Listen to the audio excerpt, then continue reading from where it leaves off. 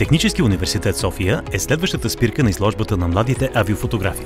Блок 10, където се намира катедра въздушен транспорт, се изпълни с прекрасни млади хора, избрали авиацията за свой професионален път.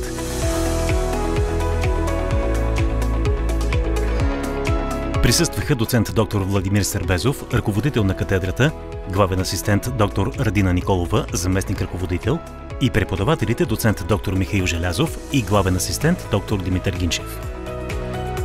Специален гост бе Хуан Рамон, главен оперативен директор на SoftConnect, операторът на летище София, който откри изложбата.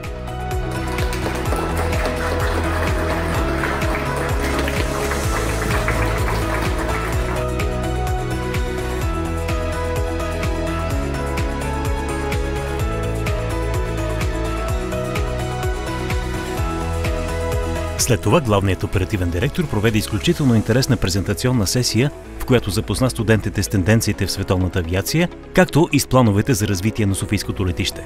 It is a pleasure and an honor for me to be here today to do a presentation in front of the new generation of aviation.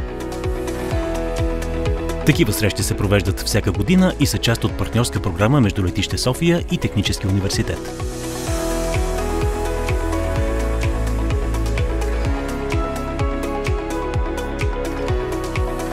Hello, it has been a pleasure to open the Spotters exhibition today at the Technical University and have the opportunity to have a session with the students after the opening. Hope to see you and come and visit the exhibition these days at the Technical University. Изложбата ще остане в блок 10 на Технически университет до 2 март.